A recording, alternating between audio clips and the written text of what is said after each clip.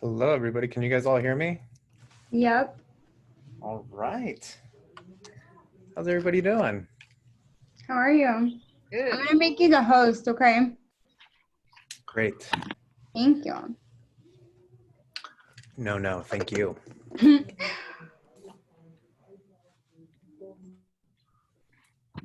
I am the host now. All right. So how's everybody doing? Tired. Tired? Good to see you, Jordan. Likewise, Pablo. How's life been? Life is good. Good. Quarantine, I think, has had its challenges like the rest of us. I don't know if you guys have seen my Facebook videos, but I have like this hideous orange mask that just happens to match everything, like including this purple shirt I'm wearing. So it's really not like the mask. You don't choose the mask chooses you. I feel that's what's happening here. I really like your doggy. Mm-hmm. Oh, yeah. We got to take him out to play on the beach. He loves the beach. There we go play in Jordan's background. There we go. All right, so we'll give another 90 seconds for people to hop on.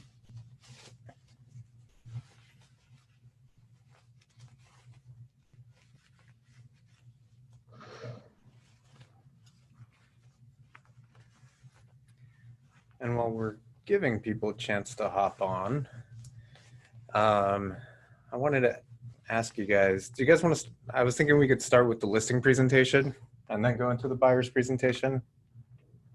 There is no buyer's presentation, just the listing. Just the listing? Just the listing.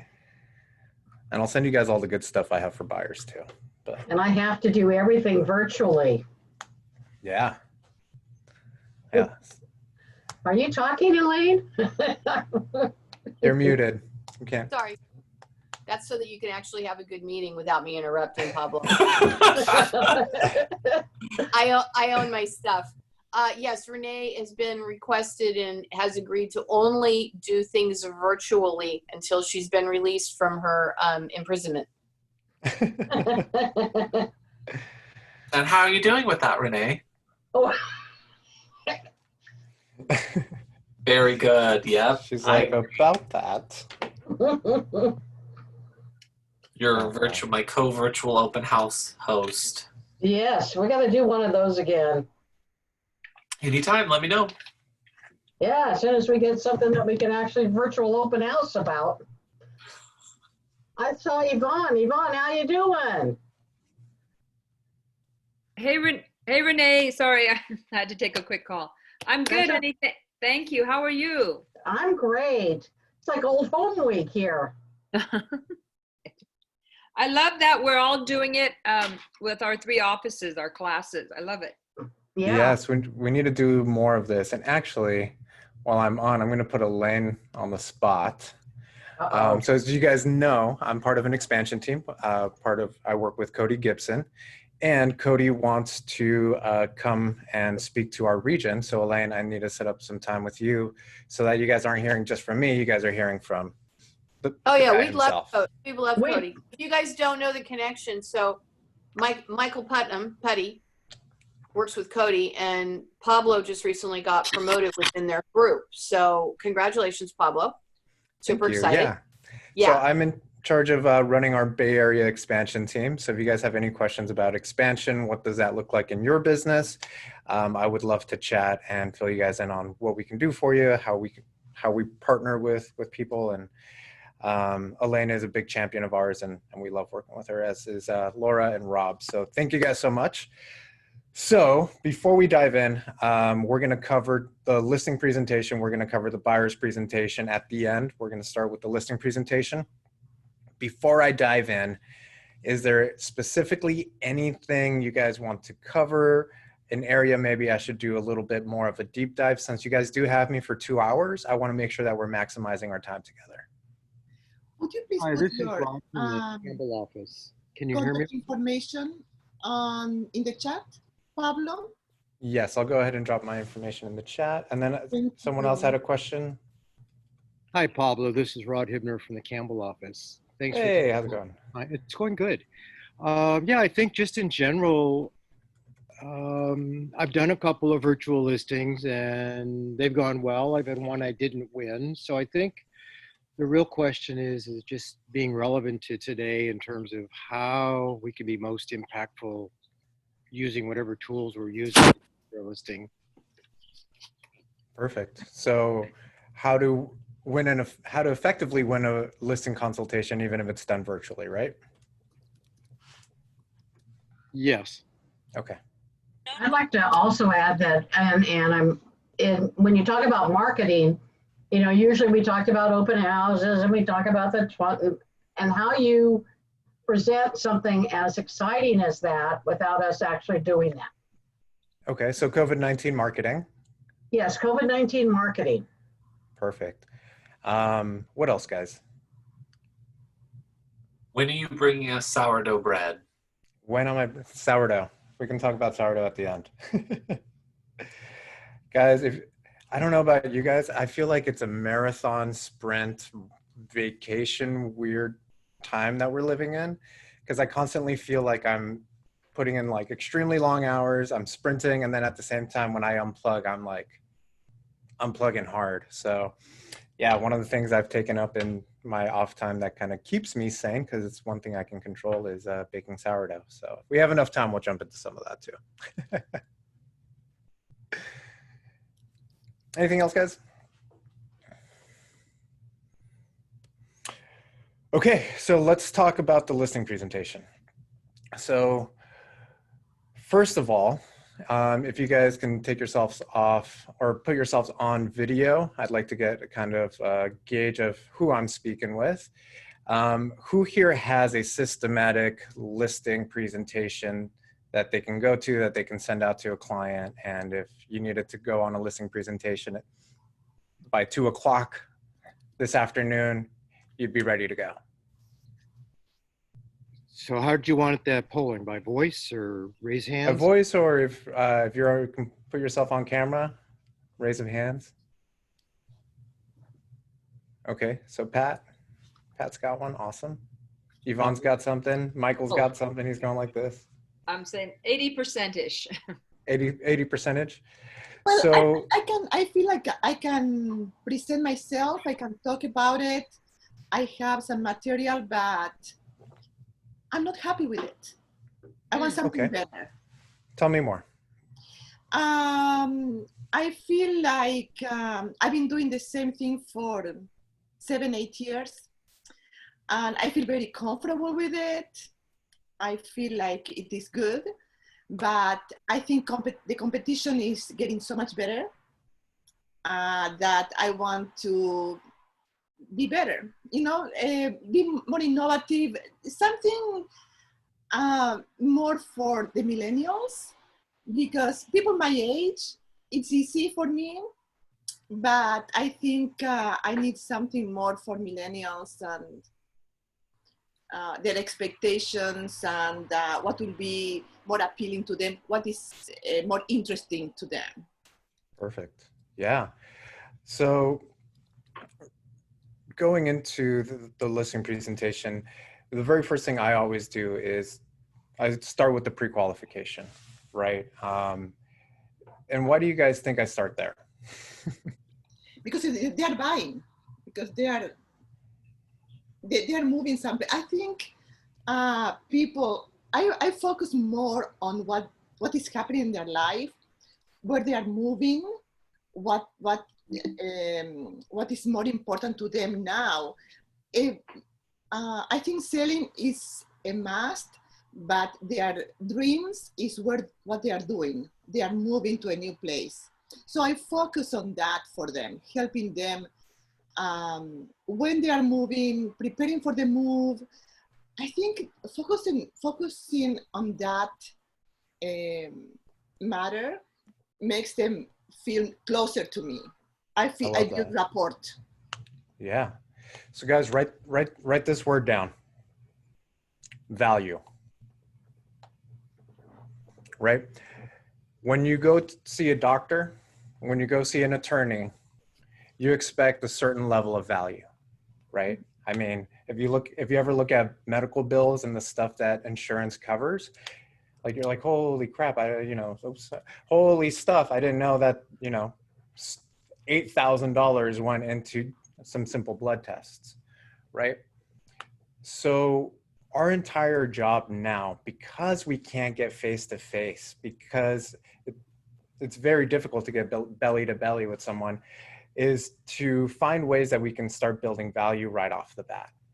And one of the ways and easiest ways that we can build value is, number one, by asking questions. And number two, we were talking about, okay, how do I set myself up apart from everybody else? This is it, right? So when you go see a doctor, when you go see an attorney, what's the first thing that you do when you get there? You describe what is your situation, You describe your situation. what your problems are. Yeah, and Fill you out that usually form. fill out a form, right? Yeah, sign in. You got to sign up. You got to. Yeah, you got to sign in, you got to sign up. If you've been going to that doctor for a while, they give you an updated sheet and, hey, what's changed in your medical history since the last time we saw you? And you expect that. So let me ask you this. When we're making $20 to $40 to $60,000 per transaction, why aren't we showing up with a simple form?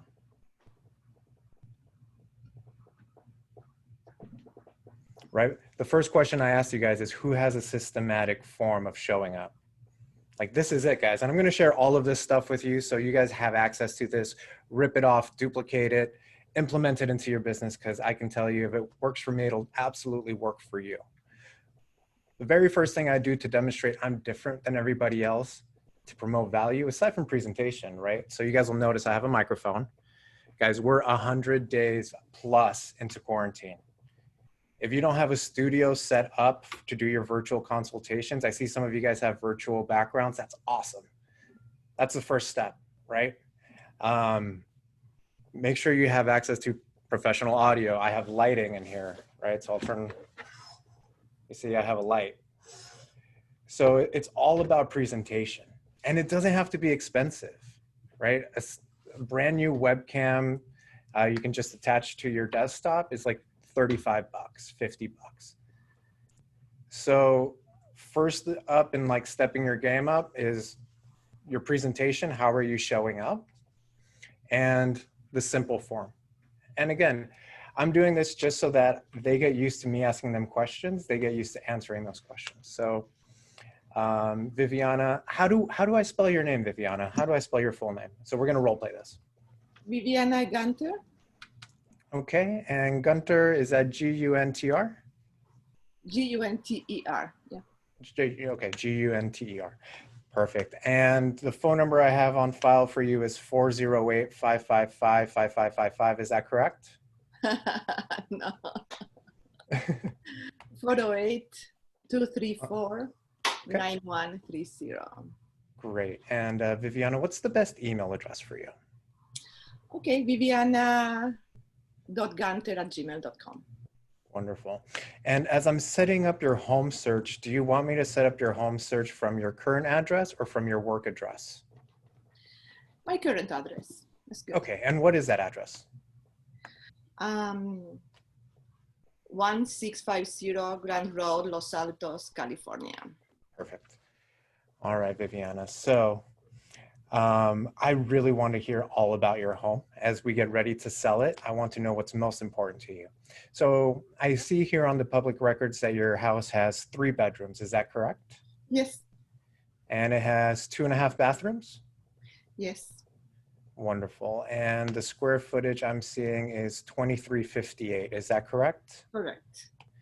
And the lot size, whoa, you guys have a big lot. You guys are sitting on a 10,000 square foot lot. Yes, yeah. That's amazing. Now, when we get your home sold, are you guys planning on continuing to live in the property, or will the property be vacant? We will be ready to move out by closing. Okay, so we'll have to do the showings with you in the property, and Yes. you're okay with that, right? Yes. Okay, I want to make sure that the house is sold before we move out. wonderful. I don't want to Wonderful. leave the house unattended. Yeah, Makes sense to me. And how much do you currently owe on the loan? We owe 500,000. 500K? Okay. And Viviana, how would you rate your motivation to sell on a scale of 1 to 10? 1 being, I just want to test out the market, see what's out there. 10 being, man, I want to get my home sold yesterday. I'm ready. I'm done. You're at a 10. Very excited about my new place. Yeah. Wonderful, wonderful. So tell me a little bit about that. Why are you selling? Well, children are off to college. This house served us well. We have a lot of equity in the house. And we want to live, now that we can work from home, Mm-hmm. we want to live close to the snow. We like skiing. And yeah, we like the snow. So we are going to Tahoe. To Tahoe, that's super exciting. Yeah. And I mean, Tahoe, the benefit of Tahoe Tahoe is it's adventure. beautiful year round, right? Yes, it is. It is. And children would love to come home, like they're on vacation when they come home. So that's what we want. I love that. I love that. And how soon can we get you to Tahoe? I am looking, I have an agent looking for a house for me over there. As soon as everything is on wheels here, we make an offer over there and we close and we are done. We move. Wonderful. So if we sold your home in the next 30 days, that would be okay with you? Perfect. Yes. Wonderful. Now, Viviana, we do live in uncertain times, and I do have to ask, what happens if the house doesn't sell? It's okay. No problem. Okay, are you guys planning to continue to stay? Well, I think we need to find the reason why we are not selling. I think the market is great. Everybody's selling and closing. I don't see a reason why it wouldn't sell. We have to be very smart how we present the house to sell. Wonderful. So it sounds like you're ready to price the home to sell. You don't want it to sit on the market for a long period of time, right? Yeah. Okay. So that being said, what would you say is your desired list price? I think we can sell my house for maybe 2.5, 2.6. That will be the right price. And More did or you get less. this? Okay, wonderful. And I'm sure you got this information from Zillow or Redfin, right? No, I've been visiting open houses. I've been following up the houses that are similar to mine in the neighborhood. I have a lot of friends here, my children's parents, friends that I met from school. Yeah. Wonderful, wonderful. And it sounds like you want to net the most amount of money for your home, right? Yes, of course. Wonderful. Maximize the earnings. Maximize your ROI, absolutely. So what's the most important quality in the agent that you work with? I think, to me, communication is very important. I need to know what is happening, who is coming, they're interested, what are they saying about my house. I want to know if they like it, if they don't, if there is anything people are looking for in this neighborhood for a house. To me, this is perfect for my family. And I love my house. I decorated my house. I painted the colors of the walls. My bathroom, my kitchen. It's for us. But I don't know if people like it. I don't know. Okay, and we can definitely find that out in the market. So you mentioned communication. You gave me your phone number, your email. Do you prefer phone calls, text messages, or emails? I would like texts. And then we can talk if it is necessary. Text messages and talking over the phone. Yeah, I like that. Well, wonderful. And Viviana, one of the things that we do with all of our sellers is we'll actually talk twice a week. So we'll always talk on Thursdays leading up to the weekend.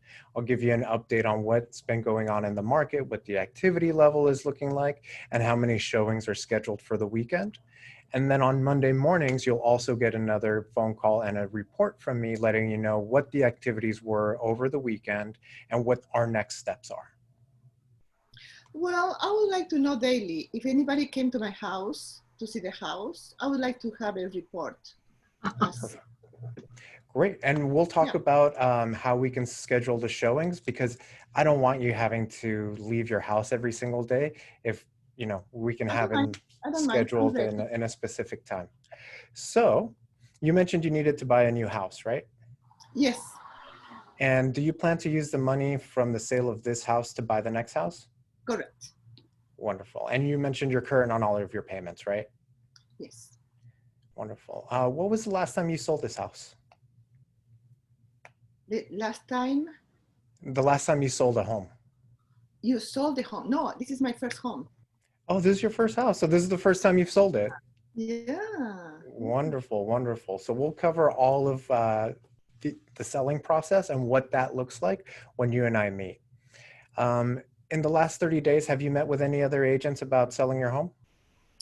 No. Okay, wonderful.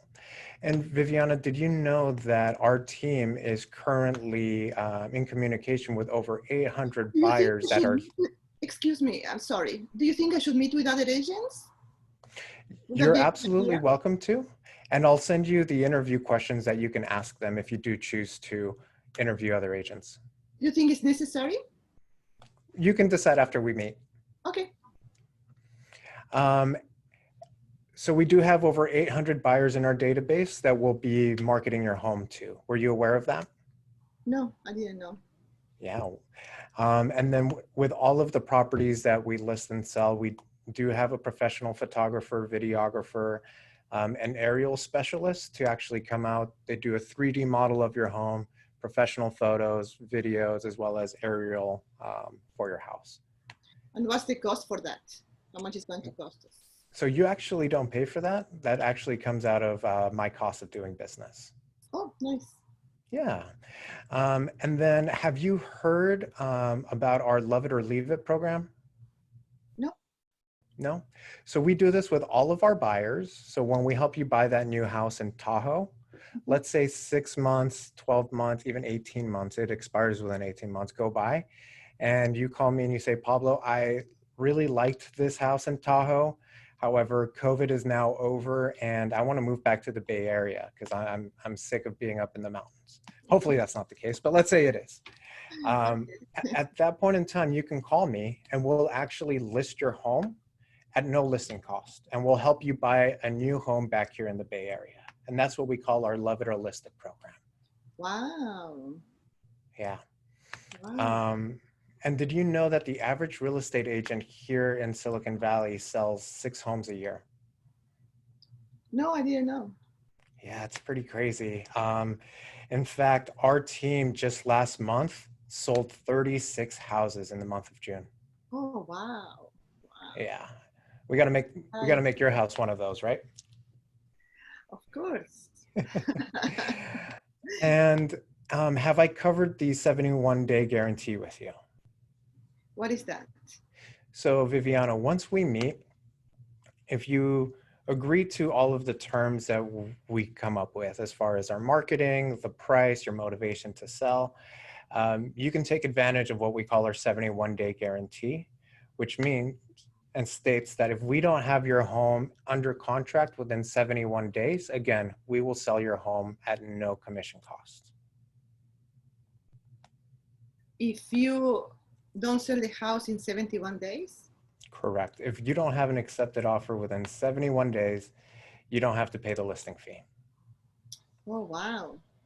Yeah. So Viviana, before I come out, what does it go mean? ahead. You guarantee the sale of the house in 2 months? Is that what you mean with that? Essentially, yes. If we, with our marketing, with our recommended price, as long as you follow everything that we recommend in getting your home sold, we can offer the 71-day guarantee. Yeah, very nice. Yeah, Viviana, do you have it? 30 days. I'm very confident we should sell in 30 days. I'm ready. Yeah, the market's very hot right now. Do you have any other additional questions for me before I come out? Yes, I would like to know how are you going to promote my property for people to come and see it? What are you going to do for marketing?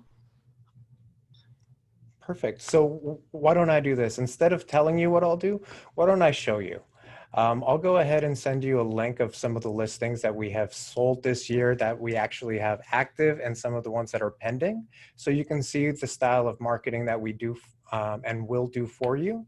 And in addition, I'll go ahead and send you a packet of information that'll include all of our marketing techniques, answer any additional frequently asked questions, as well as go into the specific cost analysis for your home.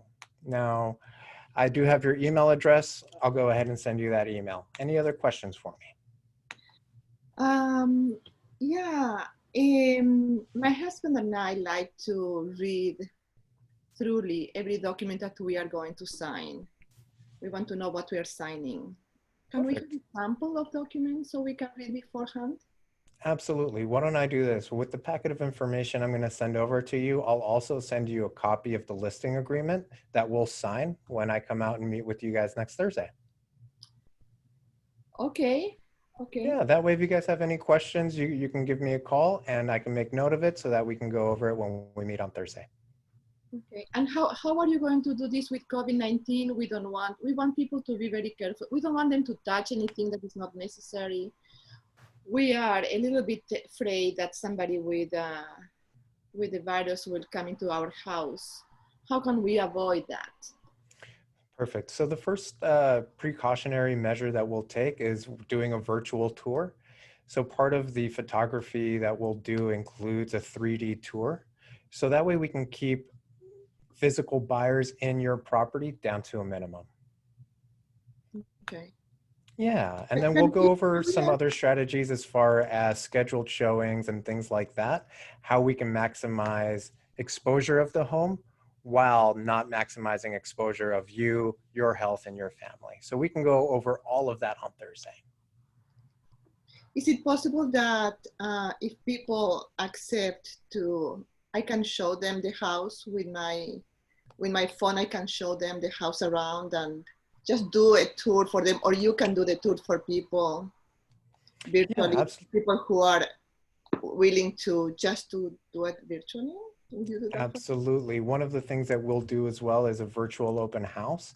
So there'll actually be a video link. So that way you don't have to do it. We'll have a professional videographer do it all. So that way if somebody wants to walk through the house as if it was an open house, they'll have that option as well. Very without nice. not having to physically come into your house or you having to walk around with your iPhone. I truly appreciate that. That's so nice. Yeah. Wonderful, Viviana. I look forward to speaking with you guys on Thursday. Thank you so much. Thank you. Thank you. All right, so guys, what did you guys hear?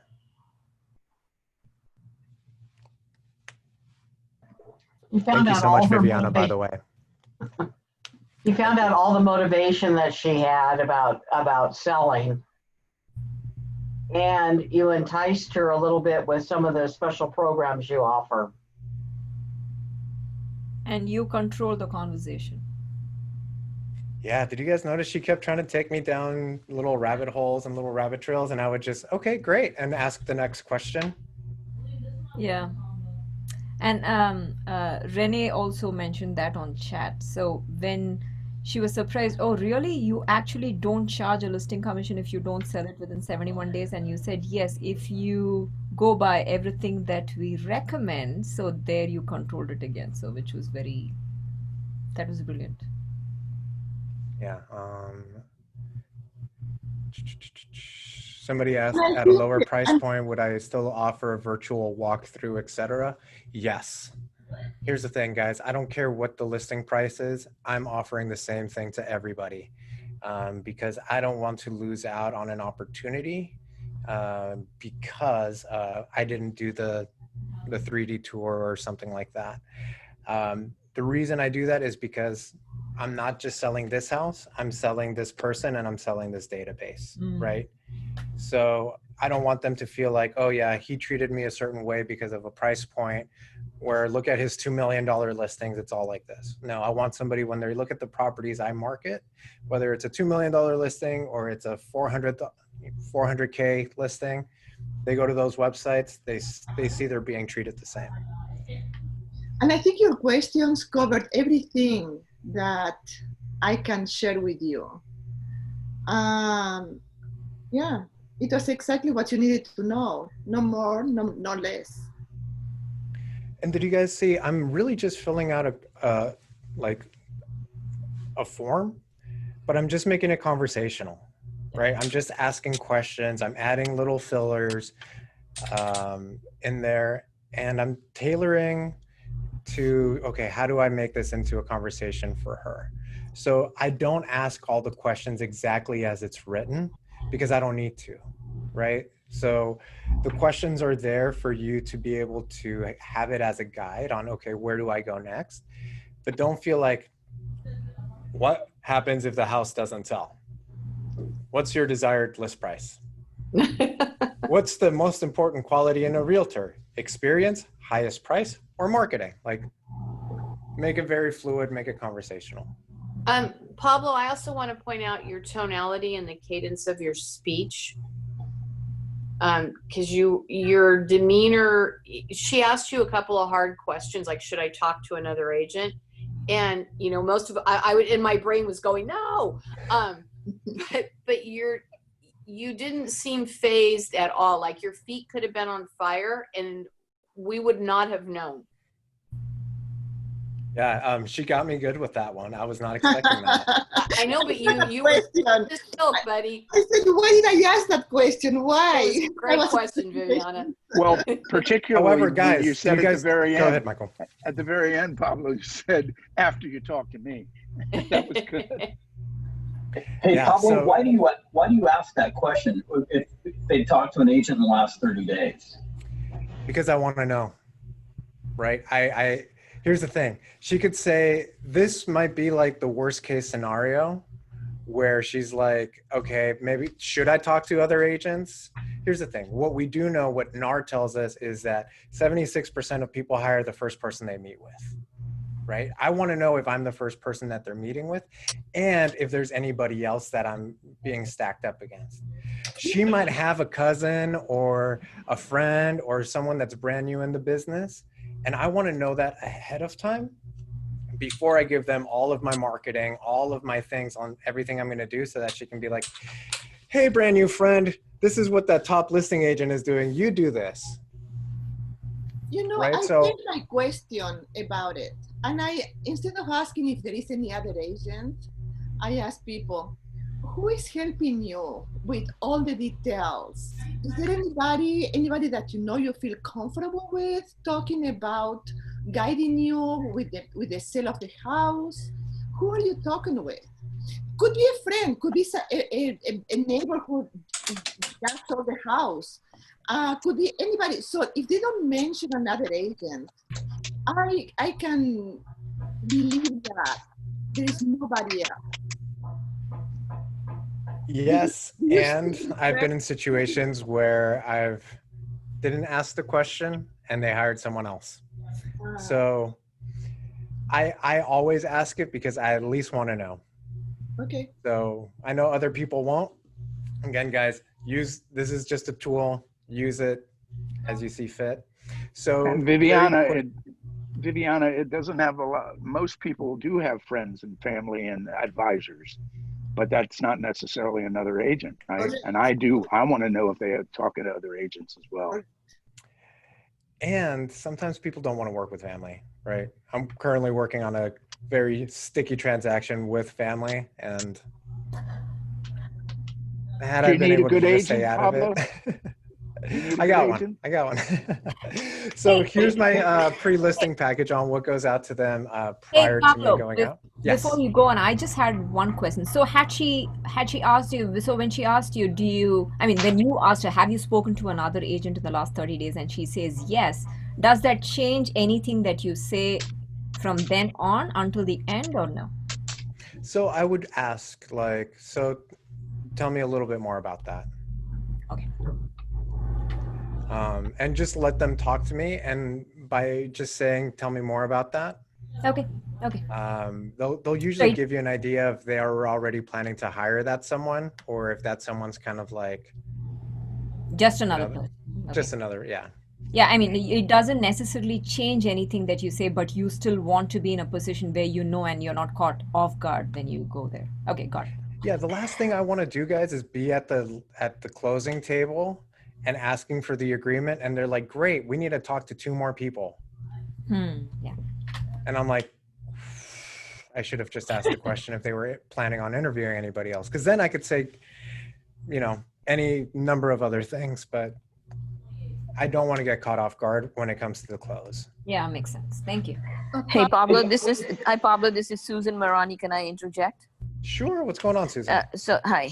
And so open-ended questions such as, hey, what have you done so far to get your home ready for sale?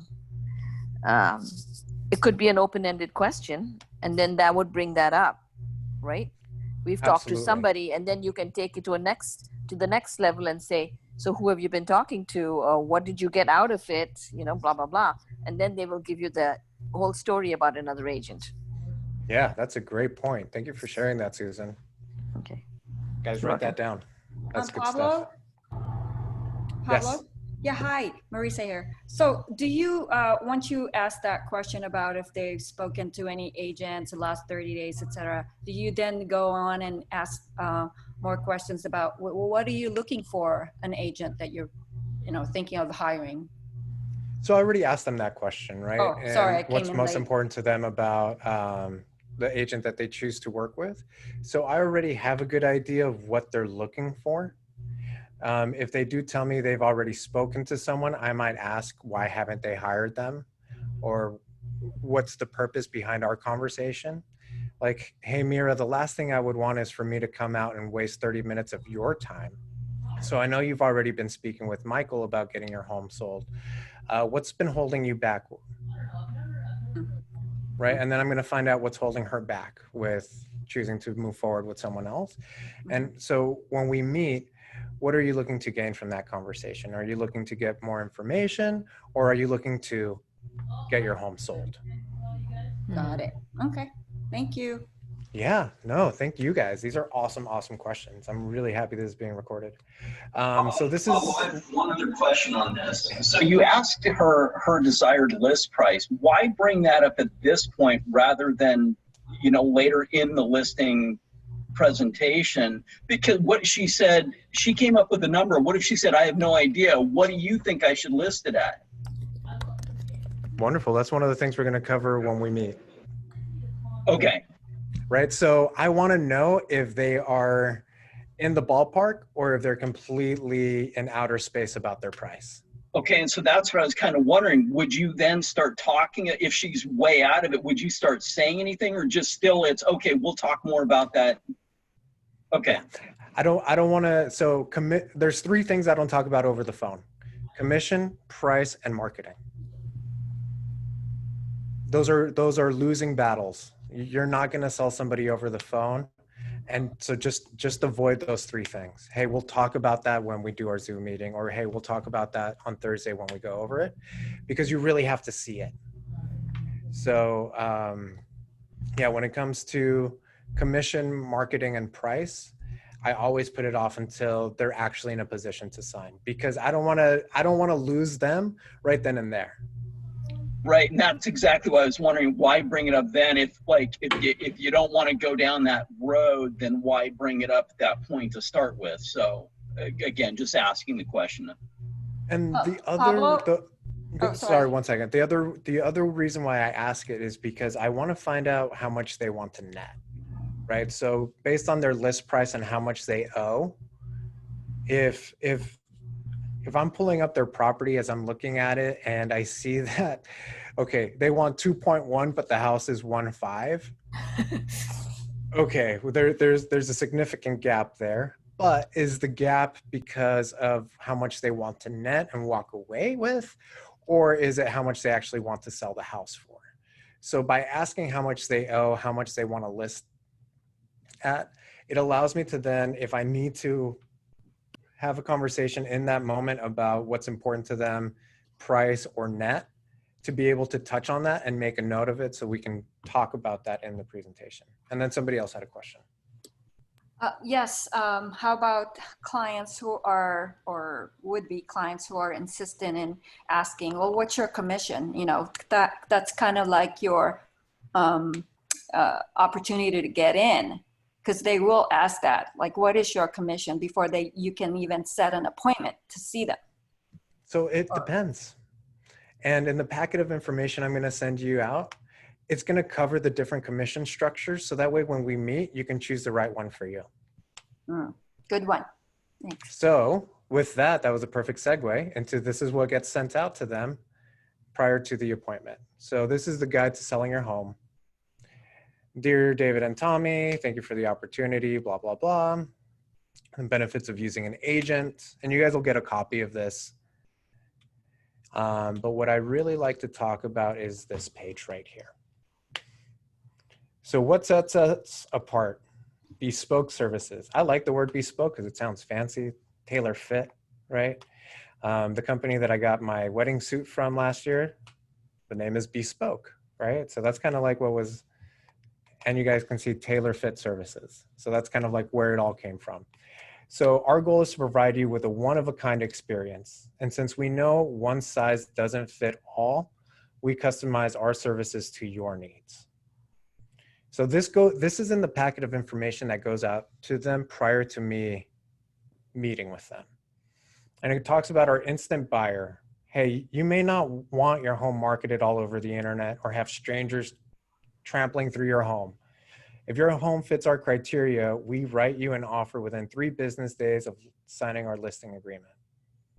iBuyer program typically results in home selling under fair market value, AKA wholesale, right? Then I do the not so traditional listing. This is where we put a sign in the yard, put it on the multiple listing service and thousands of other websites, and bring you multiple offers and buyers. This involves repairs, increasing curb appeal, full marketing suite, the works. So this yields an average of 104% above list price.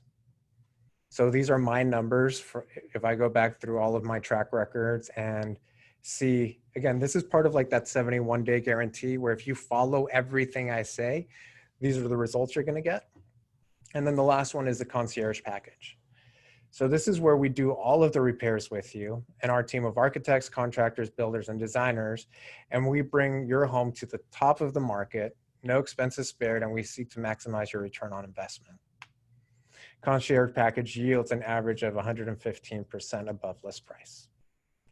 And then down here at the bottom, you see the disclaimer. Each separate service tier comes with a different commission structure. Our services start at 3% and go up to 10% plus, depending on scope of work. Average list to sales price is based off of Pablo Vadillo sold numbers based on sales 2007 and onwards. Right, so when I get the commission, okay, how much do you charge? How much do you charge? Why can't you tell me? Why can't you go into more detail? Hey, I'm gonna send you a packet. It's gonna cover all of that. And then when I come out, we can really chat about it. So, real quick on this, I don't want to spend too much time on it because we haven't even jumped into the listing presentation yet, and that's awesome. The iBuyer. So who here has heard of iBuyers? A couple of us. I saw some hands go up. Who here would like to take advantage of iBuyers? Nobody? Yeah, So iBuyers, if you look at our competition, Zillow, Redfin, this is the model that they're gearing towards, right? This is where they say, hey, if you want to sell your home, great. We'll buy your home. You sell it to us, and then we'll take care of all the rest. No worries. We'll just bring you an offer. Guys, did you know that the standard iBuyer program through Redfin and Zillow actually ends up costing the seller around 17%? No, that's crazy. 17%. Wow. We're out here crying about, oh, I don't want to do 6% listings. Wow. Yes, wow. Holy crud. It's insane. And people don't know about this. They just say, hey, I'm paying a 1% listing fee, which is the 1% that goes to the buyer's agent. And what they don't realize is that there's all of these other fees that they stack into it that usually comes out to be around 17%. Wow. So when you're talking to someone and they say, hey, what about Zillow? Or can I just sell my house from Redfin and just bring me an offer? Hey, I can absolutely do that for you. And how about I save you 14%? So I'll go do all the work. I'll find the buyer. I'll write the contracts. I'll handle all of the negotiations. But instead of costing you 17%, it'll only cost you 3%. Somebody had a question. Pablo, am I incorrect that actually KW is doing an iBuyer or forming it? There's an iBuyer project going on with Keller, I think. Absolutely. I don't know if it's up and running at this point. It's up and running in certain markets. It is not in California yet. And to be honest, it'll probably be last in California. So that's called Keller Offers. Super awesome product. And so the way these iBuyer programs work, guys, is you're charging 3% for handling the paperwork and finding an investor, right? By the way, you guys all know me. You guys now all have access to my instant buyers, right? What's mine is yours. If I can refer to you guys an investor to buy your listing, hit me up. Let's put that together. So congratulations, you guys are all now part of my investor network. I forgot where I was going with that. But the thing is, so we can bring you a buyer, and this is the wholesale approach, right? The retail approach is going through the traditional listing, going through the concierge package. Agent interviews. So the other thing that's included inside of the packet that goes out to them is an interview sheet. So if they do come out with, hey, I am meeting with somebody else, or hey, I'm keeping my options open and I'm planning on talking to a couple other people before you come out, great. Part of the packet of information I'm going to be sending you actually includes interview questions for the other agents with our answers in there. So that way you can just make sure you're getting the best information and working with the best team possible. Now, if you're thinking, Pablo, I'm an individual agent, I don't have a team, use your office numbers. Guys, there's strength in numbers, so take advantage of it.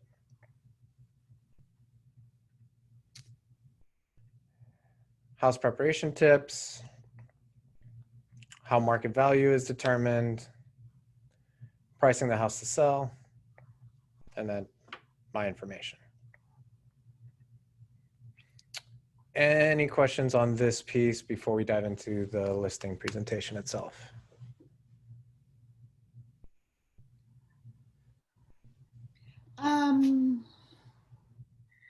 What happens when you are competing very close with another agent? When they are not decided, it's you or somebody else? Okay, and I'm at the listing presentation, or give me a little bit more of a scenario. Yes, at the listing presentation, they already talk with another agent, and you see them very hesitant regarding signing the contract. Perfect. Let's role play that real quick, and then we'll go into the listing presentation. So, Viviana, usually at this point in my presentation is when people either have questions or we're getting ready to take the next steps. Where are you right now? Where's your head at? We are talking about it, and you said, okay, the next step will be to sign the documents, just to put me to work. I will start right away to put the house in the market, to do the marketing that you need, and I'm ready. Are you ready? Okay, so you reversed it on me. So I'm the agent. You're the seller. Yeah. That's the situation where I am. Oh, where are you at? I thought you were. That's in that point. No, I'm asking you as the seller. Hey, so at this point in my presentation, this is usually where there's either questions that come up or where we decide to go ahead and move forward with the next step. So Viviana, based on what I've told you tonight, where are you?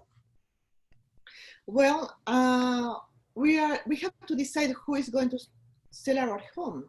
We have another agent that is willing and ready to put our house in the market, and we like you both very much. You are very Wonderful. competitive. And You are very prepared. You know what you're doing. You know the market, and we don't know. We need to talk about it.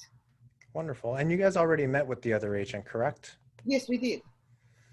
And why didn't you sign the contract with them then? Because we wanted to see somebody else. We have never sold a house. We want to know what is there for us, what is best for us. We cannot make a decision if we don't know if somebody else has something else that we don't know to offer us. Wonderful. And after seeing what me and my small army, aka my team, can offer you, is there anything else that's causing hesitation in making your decision tonight? We like you both. We do. We don't see the. We think that you both are very capable of selling our home. Wonderful. Well, Viviana, I'm here tonight. Let's do the right thing. And why waste another minute when we can actually start getting the ball rolling and getting your home on the market?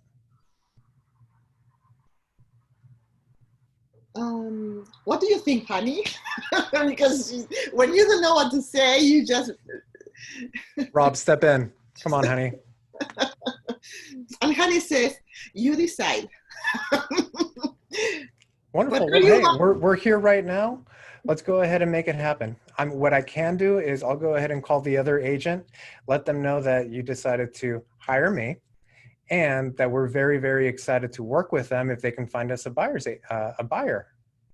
And that way you don't have to worry about the stress of having to make that call. In fact, I love making that call. I do it all the time.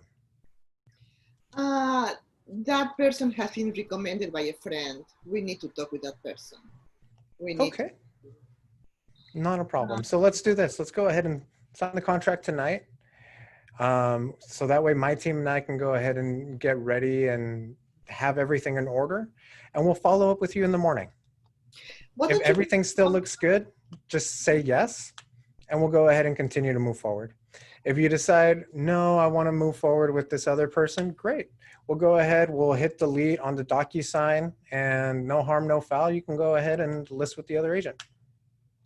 Why don't you leave the contract with us, and we are going to sign we will sleep on it, and we will decide tomorrow morning. Okay. And Viviana, since 3 heads are better than 2, what in the contract is still causing hesitation? Maybe the referral from our friend. We want to keep the relationship. And if we could pay your friend a referral fee so that way they don't feel like they got completely left in the dust and they can still make a good amount of money on this transaction, would you go ahead and feel comfortable with moving forward with me tonight? Yes. Wonderful. So let's do the right thing and go ahead, sign the contract. I'll go ahead and reach out to your friend and we'll get them a referral fee. Very nice. I like that. Boom. I had to turn my mic back on so I could applaud you. Thank you. That was awesome. All right, guys. Because, unfortunately, many people are stuck with friends' referrals. And that's fair. Referral, that's friend, Yeah. Yeah, but listen, guys, if you don't make it a big deal, they won't make it a big deal. So that's why I kept trying to isolate the objection. What else is it? What else is it? What else is it? Turned out it was nothing in the contract. She just didn't want her friend's feelings to be hurt, right? Okay, so then my problem solving went, okay, how can we get money in her friend's pocket? Or if she still wasn't okay with that, great. Why don't we do a co-listing with your friend? We can co-list it. They can take advantage of working with a team and seeing what it's like to work with a team. And they can still make a good commission from this. By the way, what does that do for me? How is that a leveraged win? You get It the gets you a new team member for United Home Group. Yeah. And if I bring Elaine, a new team member, is Elaine going to love me? Of course. Even more. Even more. Right? So that's some ways. Because if someone, also guys, if we know that 74% of people sign up with the first person that they interviewed with, if they already met with someone and they didn't sign with them, it's because there was something weird happening, right? All right. So let's go into... And I like that you wait for the answer. You let me think. You let me, because people are thinking. It is not that when they are quiet, it is not that they want to make it difficult for you. They have a lot of things in their mind. Yeah. And when you ask a closing question, guys, first person to speak loses, right? It's like sales 101. Quick example of that. The longest pause I ever had from a closing question to a yes was 3 full minutes. 180 seconds of silence. It was literally like this. You want pee-pee? Huh? You want pee-pee? I have not gone pee-pee. Oh, yes, sorry, Pablo. Was it like that, Pablo? It was not like that. It was a little like that, but the kid was going pee-pee. No, I'm kidding. But it was like that where I'm just I was quiet. And if you guys noticed in my last close with Viviana, I said, let's do the right thing. And I just sat here and I just nodded,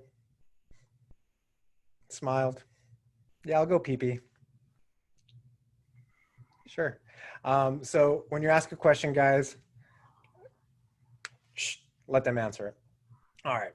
So listing mastery, I'm going to go through these, like, this is all super groundbreaking stuff you guys have never heard before. So hopefully you guys are taking lots of notes, and I'll make sure you guys get a copy of these slides as well, so you guys can go back through these steps as you guys see fit. So some things to keep top of mind to win every single listing. Number one is relationship and rapport. So what are some ways that you guys know of building quick rapport? Finding common interest. Finding common interests. What else? Getting to know them. Getting to know them. Yeah. Write this down. Interesting versus interested. Do you want to be interesting or do you want to be interested? Let me tell you, when you're building rapport with someone else, you want to be interested, especially if you want them to like you. I'll repeat that again. You don't need to be interesting. In fact, most people don't really care about you. Sorry, guys. Harsh truth. But most people, honestly, they just care about themselves.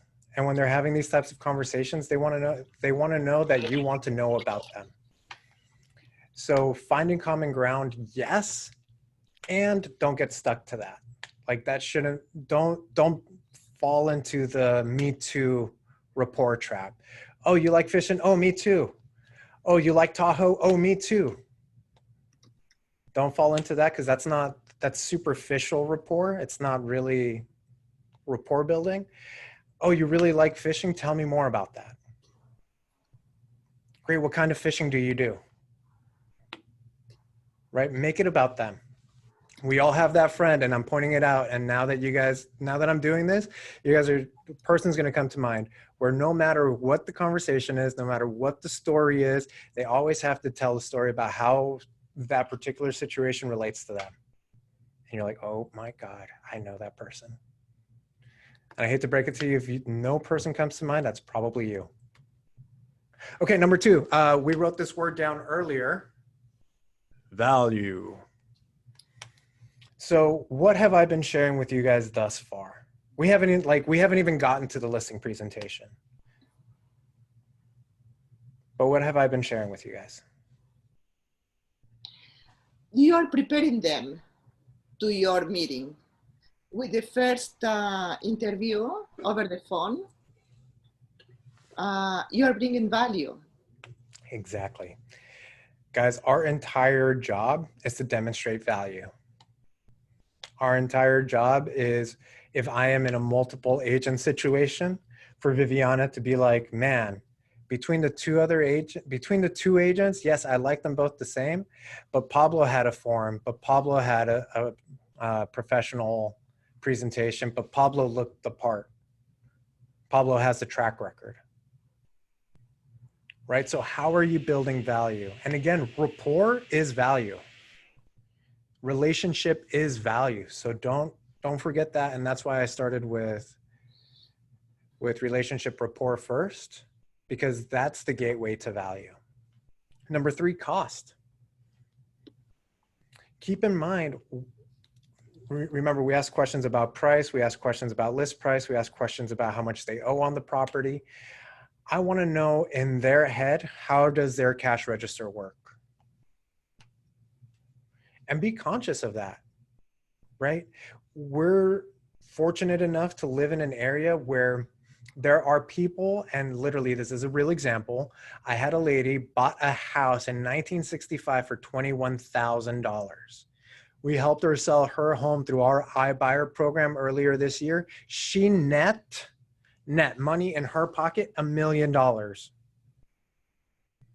Right? So when I proposed to her the different commission structures, hey, we can come in, we can have builders in here, we can blow out these walls, and we can sell this house for $1.5 million.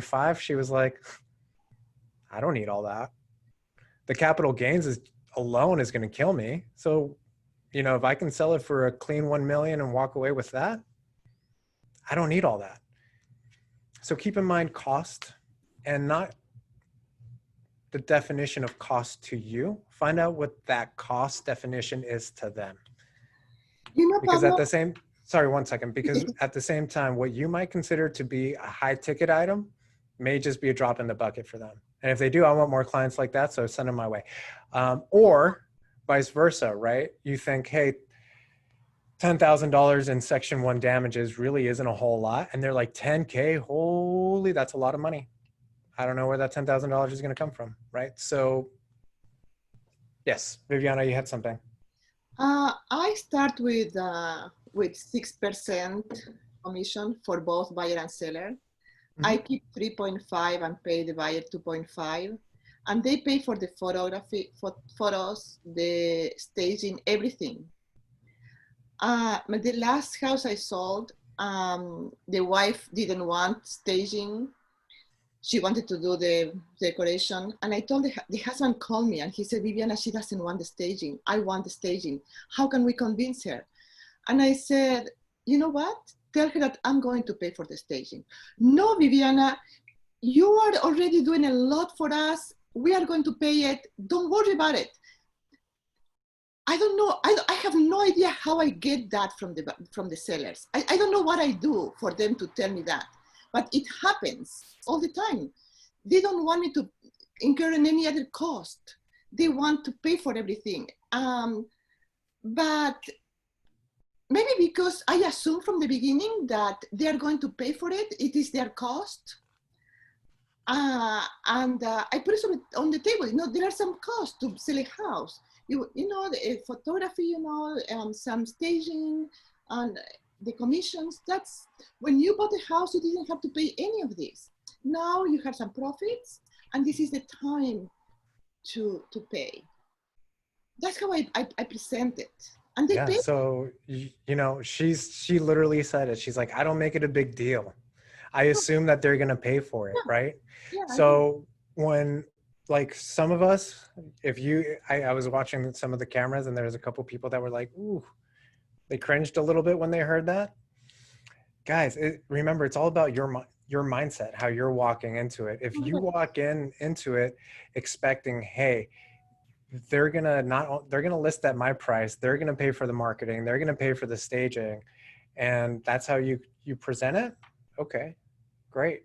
I had a conversation with one of my sellers today.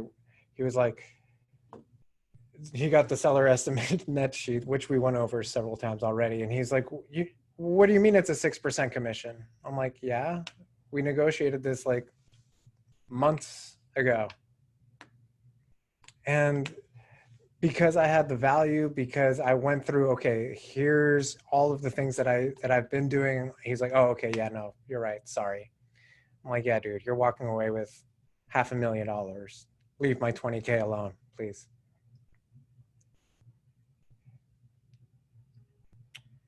And then neighborhood or area expert. So are you taking the time to really get to know the area, right? All of us have these amazing things. I have like too many devices. Are you using these devices? Are you using technology to your advantage to give yourself the edge? Right? So technology can do a lot of the heavy lifting. It can show you on a nice Google map where everything is. Are you taking the time to really get to know the area? Do you know the schools? Do you know the parks, the dog parks? Do you know how traffic builds up at 4:30 in the afternoon right in this certain intersection? Do you know which grocery store to go to because this one has a slightly better selection? Like, these are all things that our buyers, our sellers want to know that we know. If we're going to brand ourselves as local experts, as neighborhood experts, let's be that. And let's show it through our social media and other platforms and the way that we communicate. So the steps to a powerful listing presentation. Again, guys, this is all super groundbreaking stuff, super original. So make sure you get these steps in order, as I'm sure you've never heard it before. Step number one is a walkthrough. But Pablo, it's digital, it's virtual. How do I do a walkthrough? You still do a walkthrough. The key to a walkthrough is to get him to do it right now through an accelerated process. The right way to do a walkthrough is, hey guys, so excited about getting your home on the market for our Zoom meeting this afternoon. Before we jump into all of the materials I've prepared for you, again, value. Before we jump into all of the value, all the stuff I prepared for you, can you just take me through a quick tour of the house? Now, I know what's going to happen is you're going to want to tell me about every little thing, and I want to get into all of that. However, just for the sake of time and for the sake of our numbers and everything I've put together for you, I just need a really quick view of the home, just to make sure that the information I've put together for you is accurate. So when they walk you through the house, awesome. Now, the last time I taught this class, somebody asked, how long should the listing presentation take me? It should take 5 to 25 minutes. And if you've done a great job with the value piece up until this point, I'll show you how at this point it can turn into that 5-minute presentation. So you do the walkthrough. Awesome. Let's see, who can I pick on? Rob. Rob, you're gonna be my buddy. Awesome, Rob. While you were walking me around through your beautiful house, I wrote down 3 questions for you that I wanted to answer. Number 1, do you absolutely have to sell your home? Yeah, I want to move, so yes. Perfect. And based on our conversation, you do want to price your house to sell, right? You don't want it to sit on the market for a long period of time? No, I certainly don't want it to sit, but you know, I also want to make sure I'm getting, you know, top dollar for it. Perfect. So assuming we get you top dollar, do you want me to handle the sale for you? That's why we're talking. Perfect. So that's the worst case scenario with those 3 questions. If Rob says yes to all 3 of those questions, boom, I'm done. Guys, I didn't believe it. Like, this is a Mike Ferry script. It's old, it's not original. He's the person I followed when I was learning all my scripts. I did not believe it. I did not think it's called the 1-minute listing presentation. Do you absolutely have to sell this home? Do you want to price your home to sell? Or do you want to keep it on the market for a long period of time? And do you want me to handle the sale for you? And if they say yes to all of that, boom, please sign right here. Great, let's get done. It's the idea of just ask. You never know Yeah. what the answer is going to be. Just ask. Literally worst case scenario, Rob is like, well, that's why you're here tonight, right? And Wonderful. then you So keep going. Then you talk further. that takes me right into my next thing, Ford and the pre-qualification, right? So if you guys are not familiar with Ford, it's another acronym that we use. If you've taken any of the new bolds, we go through it quite a bit. Ford stands for F, family or friends. O stands for occupation. R stands for recreation. D stands for dreams. Now, if you're D personality on the disc profile like me, you don't want to spend a whole lot of time on the fluff. You just want to like, okay, let's get into it. Let's chat about getting your home sold. However, that's a little weird, especially when we're back to meeting people face to face. So you don't have to go through all of them, but you can talk about some of these. Hey, Rob, so, how's the family doing? I know you mentioned that your parents were up in Canada. I know they were hit with a storm a couple of weeks ago. How are they doing? They're doing good. They're doing good. Like everybody is crazy right now, but they're safe and healthy. So that's all good. Awesome. Awesome. That's great to hear. Boom. Easy question. Again, all I'm doing is getting back into a relationship, getting back into rapport. And then all I'm going to do with Rob is take him back through the pre-qualification script. Hey, Rob, so you mentioned that you were moving out to Lake Tahoe, right? Yes. Perfect. And you mentioned you wanted to be there before the beginning of the new school year, right? Yeah, ideally that would be great. Perfect. You also mentioned you guys owe roughly about $500K on the property. Is that right? Yes, pretty close. Yeah. Okay. And you guys are current on your payments, right? Of course. Wonderful. And when we last spoke, you said you wanted to list the house around 1.7. Is that still the case? Yeah, I'm no expert, but that's about, the research I did, that seemed to be a good ballpark number of what should be going for right now. Great. And remind me, what's important about that 1.7 million number for you?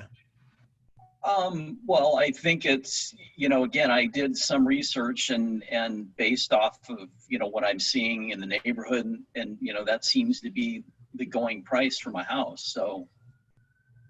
Awesome. Thank you, Rob. So you guys noticed, all I'm doing is going back through that checklist that I had already walked him through. So Rob now feels like he's being heard. He's like, okay, you're bringing things up from our last conversation and you actually took notice of it. Great. And then I'm moving it forward by what's important to you about that. Wonderful, Rob. So after covering all of that, there's really only two things that we need to discuss now. Number one is your motivation to get the home sold. And number two is the price that we set for your home. So are you familiar with how buyers determine value?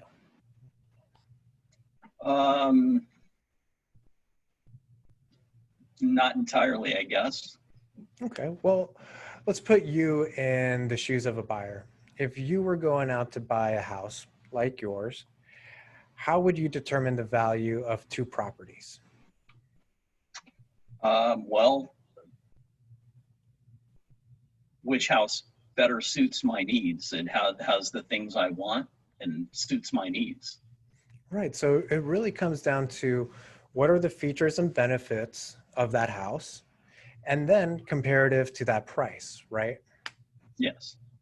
So if you have two houses that have the same features and benefits, but one is listed $50,000 above the other one, which would, in your eyes, have the better value? The one that's 50,000 less. The one that's 50,000 less. Now, what if the one that's 50,000 more actually had that pool house you were talking about, the upgraded solar panels and the Tesla charger? Then it's worth 50 grand more. Right. So you can see buyers determine value by comparing features and benefits with the price.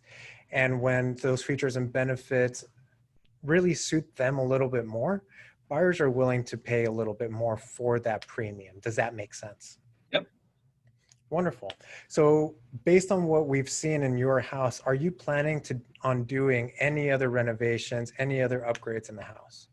Well, I haven't thought a lot about it. I don't know, I don't know what would be worth doing. I know my house can use some updating here and there, but I don't know, how much things would cost.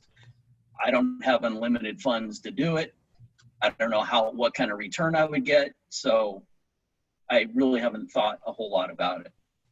Okay, and that's perfectly fair, and that's exactly why I'm here. So Rob, let's look at what is going on in the market, because that will actually let us know what selling standard is. So quick pause. What did I do right there by using the word selling standard? You set a standard of what they should be doing instead of giving them the option of what to do. Yeah. Now, did I tell him anything? Did I tell him this is what you need to do to get your home to selling standard? No, you just made it seem like it's what everyone does. It's kind of that so keeping up with the Joneses, or so to speak, of, if they're doing it, then I should too. Yeah, and we'll dive into that in a little bit about the wholesale versus retail pricing. But what I'm doing right there is this next piece that we're jumping into is actually going into the comparables. Now, when I show comparables, I show 3 solds and I show 3 active listings. Why do you guys think I do that? Well, sold is certainly to show, ultimately it's what somebody's going to pay for it, and sold is what somebody has paid. Active is kind of to give them an idea of what their competition might be right now. Boom. That was perfect. Thank you, Rob. Now, and I did pay him before this to say that. So now, however, and I get that, but if potentially if they're going to be doing work that might take time to do, then doesn't that sort of take the active a little bit out of that? They're no longer kind of their competition at that point. Or is it just a matter of they're the competition right now? So that's what you have to go by. So write this down. Look for the story. Look for the story in the listings. Look for the story in the comparables, right? One of the sellers I'm talking to right now is a recently canceled listing. This is what happened. They listed their house at $750, didn't get any offers. They pulled the house off the market. The agent, brand new, doesn't know what the heck they're doing. And I can say this because the house came back on at $888. So they didn't get any action, any attention at $770. So they thought the best course of action was raising it $118,000. Yikes. Yeah, Renee, thank you for taking yourself off video just to shake your head. Right? So while we can't ultimately say where the market's going to be, our job is to interpret what the market is actually telling us. So by pulling 3 solds, I can say, hey, this is what somebody has been willing to pay for the house, for houses like yours. And then like Rob said, with the actives, that's your competition. And at this point in time, I have a conversation with the seller where I say, hey, when it comes to selling your home, it really comes down to 2 things. It's a price war and a beauty contest. Now, ideally, we want to win both. Because when we're winning the price war and the beauty contest, we're actually maximizing the amount of eyes. Again, I'm not saying buyers, I'm saying eyes. We're maximizing the amount of eyes and traffic that we're getting on the property, which in my experience has often led to multiple offers and us being able to use that as leverage in negotiations. Again, am I telling them anything about where they should list their house or anything like that? No. Viviana, you had a question. I thought that we have to show all comparables to them, all the properties in the neighborhood that sold pending and active. That's not true. Can we just select a few properties? While you have to disclose all material facts, again, you want to look for the stories. So as I'm presenting these and I'm talking to Rob, hey Rob, so look at this house. Same as your house. It was listed at, we were talking about 1.7. So it was listed at 1.8. And look, it sat on the market for 120 days. Can you afford to wait 120 days? I don't want my house sitting on the market for 120 days. Yeah, and look at what price it ultimately sold for, right? Yeah, I think that's where the pendings come into play, right? Because the pendings essentially show that, hey, you know what, look at this house. It was there in the market for 2 days, and what was it priced at? And it's an exact mirror thing of yours. And look at the other one, that's also a mirror, but that's out for 128 days, and why? And you let them answer the question. Yeah. And then ask them, hey, so if it were you, Mr. Seller, in the shoes of the buyer, looking at these two properties, which would you have chosen? And they'll obviously say the one that sold in 2 days. And I would suggest also that to get around your question about having to show everything, just say I did a lot of research and these are the 3 that I think are the closest to your particular home. That's a great point. If you if you feel bad saying that you're not showing everything, because let them know that there's more, but these are the ones that as a professional that I've chosen that are the closest to your home. Okay. Now the other thing, guys, and this is going to change very shortly, because if you guys have looked at the numbers in the last week, we've been hit with a ton of inventory. But when you are having a hard time finding comparables, I'm going to give you guys a little trick you can use in your business when you can't pull together a CMA due to lack of either sold comparables or active comparables. So you guys should all have access to Michael Lewis Marketing Suite. Yes? Everybody say yes.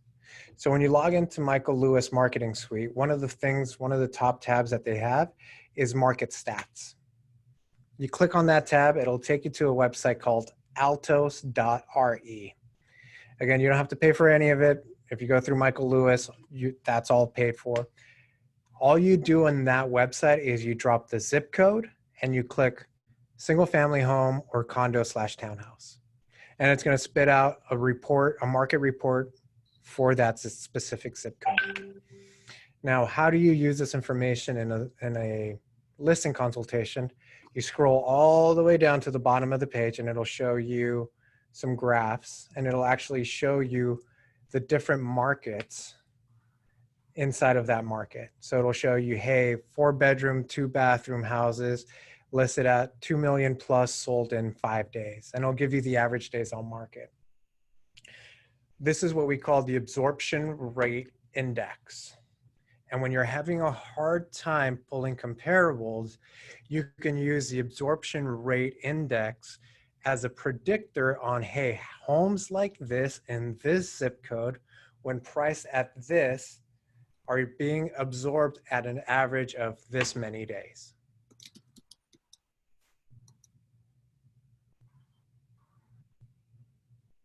Questions on that? Because I know it's very different from CMAs. It's not something that a lot of people use, and it's a handy tool when you can't find comparables in the area.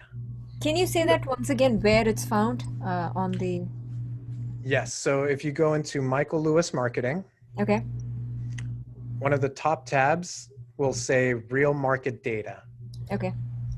Click on that. It'll take you to this other website.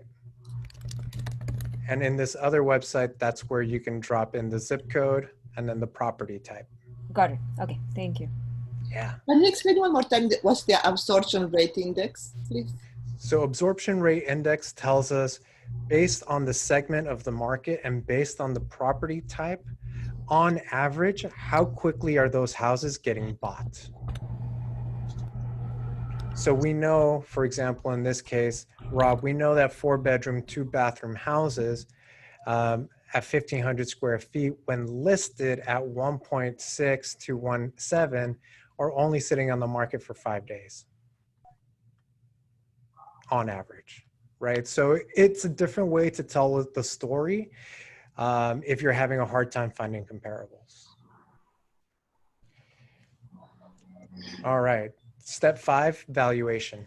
Can I ask a question, please? Absolutely. What's going on, May? About this market, leave us real market data. I remember we were able to make it postcards, right? Mm-hmm. How am I gonna do it? I don't see over here to make it postcards with these. So that's a different class for a different time. Oh, okay. Okay, sorry. Yeah, no worries, no worries. I'm happy if you want to shoot me an email or a text. I'd love to set up a one-on-one and I can walk you through how to do that. Happy to, yeah. Thank you for asking that. And maybe I'll just record it so that way we can send it out to everybody so everybody has access to it. Valuation. So by this point in the process, I've painted a really clear picture of what the market is doing, what the market is saying. And it's just a matter of coming to the same price or coming on an agreement on price. So if they're really fighting me on price, if the house is what the market is telling us worth 700 and the seller is really stuck on that 800 price, then we're going to go into some conversations about, okay, so this house is just like yours, right? Yes. And they took the time to update the kitchens and bathrooms, right? Yes. And to paint the house, right? Yes. And to remove the shag carpeting, right? Yes. And to remove these ugly light fixtures that have been up since the 1970s, right? Yes. And how much do you think that costs them? Oh, you know, I don't know, probably like 60, 70K. Yeah, so at this point in time, this is, Mr. Seller, where you can decide, do you want to sell your home at wholesale price or do you want to sell it for retail price? Because the way the house is right now, it's going to take a lot of work. You said so yourself, about $60,000 worth of work. And with so many options available on the market, which one do you think a buyer is going to look at first? This one on 123 Main Street that we just talked about, that's been on the market for 24 hours. And last I spoke to the agent, they have showings lined up until through Sunday. Or do you want to be like this other one where they didn't do any of the remodelings and it's sat for 128 days? And I'm just going to sit. And eventually they'll come up with a number. Wonderful. Renee, I'm so happy that you liked my price and you chose my price. Awesome job. Now I'm going to walk you through the process. So what comes next? So after signing the listing agreement tonight, all of this will actually be sent to our listing coordinator. We'll go ahead, we'll get inspections scheduled, the photography scheduled, and getting the sign. In the meantime, we're going to start all of the coming soon campaigns, blah, blah, blah, blah, blah, blah, blah. Whatever your system is, this is where you're walking them through it. Renee, at this point in my presentation, people are usually ready to either jump into the next steps or they have a couple questions. Where are you? Well, I had a question, but I forgot it already. So you're saying that I should probably list it closer to the 700 than the 800? Correct. And do you think that it'll sell around the 700, or you think it's going to have to go below that? I think if we do, and if we follow the marketing steps that I've laid out, we should be able to get a lot of eyes to where we might be able to have a multiple offer situation and actually leverage a couple offers to start a bidding war. So now, are you going to have an offer date, or are you going to take the first offer that comes in? Oh no, we'll never take the first offer that comes in. My job is to make sure we're negotiating strong on your behalf. As far as setting an offer date, that strategy works if that first week we're on the market, we're seeing really, really high activity. Any other questions for me, Renee? No, I guess that answers my questions. Can I play buyer again for a second? Yes, oh, here of course. Goes. So Pablo, so you're saying you're saying closer to 700, but you're saying, you know, you just mentioned, so if I did put 60 grand into this, that you think that, you know, like this other house is at 800, then if I put 60 in, I could potentially get an extra 40 grand, 100 grand out of it, net 40 grand. So I went that route. How long is it going to take me to do all that work, and what's going to happen? Are you certain I'm going to be able to get 800 grand out of this, then, you know, down the road for this? And Yeah. So Rob, are you planning on continuing to live in the property while all of the work is being done? well, again, I haven't really thought about it. It's not ideal, but probably is what would have to happen. Got it. So here's what I do know. Regardless of the market, it's always a price war and a beauty contest, right?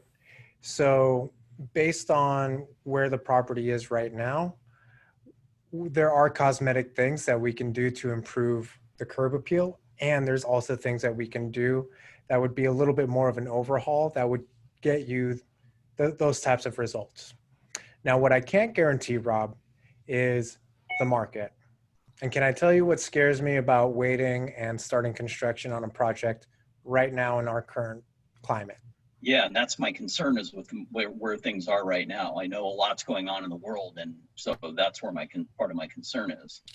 Yeah, my biggest concern wouldn't be, can we get you that 800K in 8 weeks?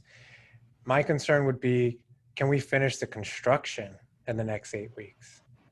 Because what would happen, Rob, if we decide to go ahead, green light, and start remodeling the kitchen, and next week you're sitting there without a countertop and we can't build or do anything for the next 6 months? Why wouldn't we be able to do anything for the next 6 months? So when COVID first happened, all construction was shut down the first 6 weeks. It wasn't until construction was deemed essential again that we were able to restart. So a lot of the projects that I personally was working on came to a halt. Now, while I do know, based on what we're seeing in the market, the types of returns we'd be able to get, I can't guarantee the process. Does that make sense? Yep. So all that being said, which of the two would be best for you, do you feel? Let's list it. It's awesome. And here's the thing, even if he says, I want to wait, great. We're still going to sign the listing tonight. Yeah. Yeah, and that was kind of how I figured the conversation was going to go, but I just wanted to hear it from him. So thank you. Yeah, and this is a real conversation I just had with a seller of, hey, does it make sense for me to invest another $40,000 in the property to replace the kitchens and the bathrooms and be back on the market in 8 weeks, or does it make sense to sell it as is? And I'm like, well, we have offers in hand to where people are willing to give you money for it. Take it. Renee, you were going to say something? The thing I was going to say that I thought was really important, and you skimmed over it, is when you finally laid out the 700,000 or 800,000 and saying, you know, I really, after looking at all about this other house, where do you need to be? And then you said, wait. And that is the hardest thing for a lot of people to do, is shut up and wait. And that old adage, I'll never forget, he who speaks first loses. So let the silence do the heavy lifting, as the saying goes. I just wanted to emphasize that. Yeah, make it uncomfortable for them. If you feel uncomfortable, they for sure feel uncomfortable. And just smile and nod. Add a little shrug in there for a little indifference, because it doesn't really matter to you. I'm just here to help you. And that's literally all that's going through my head. I'm just repeating, I'm just here to help you. I'm just here to help you in my mind until they say yes. And I'm sending that vibration out. All right. So next steps we talked about, we're going to put the sign in the yard. We're going to get the inspectors out. We're going to get the videographers out. Transaction coordinator is going to be in touch. My TC is not on this. I don't think my TC is going to watch this. So I can tell you guys this. I am not the king of paperwork. I am not the king of contracts. I like to keep things very simple, specifically with buyer consultations and listing consultations. So what I bring with me to actually sign to the listing consultation is just the listing agreement. If I'm doing a physical one, or they request all of the contracts ahead of time, I will send them that huge zip form PDF with like 1,000 pages of all the disclosures and everything in it, because I want to scare them a little bit. I want them to know that they need me. However, when it comes to just getting the listing agreement signed that night, as soon as they say yes to signing, I want to get that baby signed and I want to get out of there. I'll let my TC go ahead and send out the disclosures and everything else that needs to be signed. So sorry, Elaine, if I'm giving bad advice. All right, before we jump into the last section, which is setting expectations, any last questions, concerns about the listing presentation? We got a few minutes built in. We can go over any objections or anything that you guys are seeing in the field.